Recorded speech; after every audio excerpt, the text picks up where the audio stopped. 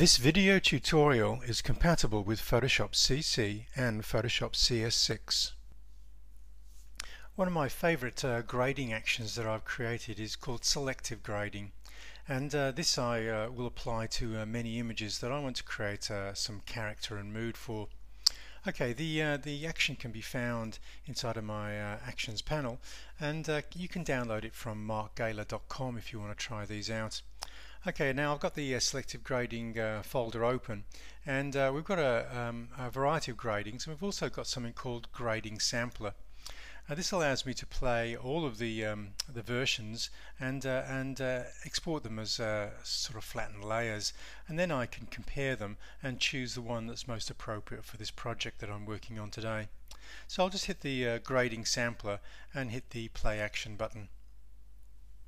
Okay, this will go through and as I said, create flattened versions of each of the four options here and leave them as layers in the layers panel.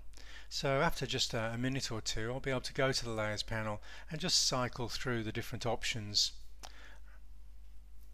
Okay, it's still working on the moment. There's quite a lot of activity going on here, and it's going to create some soft focus effects on the corners, and also some different color tonal mapping for each of the versions. Now, okay, this is the ESP grading that's sitting on top here. I'll just expand the layers panel and just collapse the actions panel there.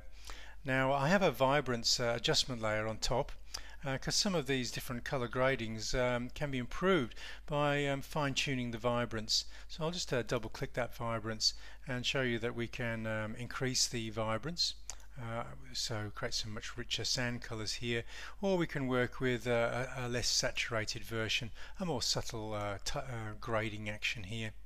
Okay, I'm going to just switch off that vibrance while I compare and contrast the different versions I've got here. As I said, this is the ESP grading, which is working quite well. Then we've got the red grading and the green grading, and then finally the blue grading. Now the blue is giving me perhaps some of the best contrast between the warm tones and cool tones around the periphery of this image. So I think I'm going to play out the blue grading on this one as an individual action. So the way I'm going to do this is, first I'll go to the history panel and just click on the snapshot that was created by the action itself.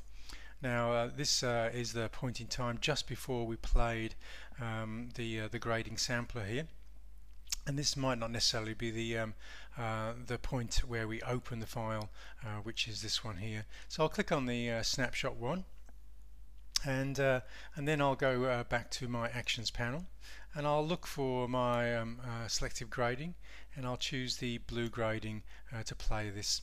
Okay, and then I'll click the play button. Now this action will interrupt the sequence and invite me to modify where I want to protect or preserve some of the original colors, and so I'm going to hit the stop button, and then I'll select the move tool, and then I'm going to move this just slightly lower to the bottom right hand corner, and I might even go into the free transform and just create a slightly broader area that I'm going to preserve tone for in this image, and just move this a little bit further over, and then I'm going to hit the return enter key, and then we're going to press the play action once more, and this will go through and complete the action.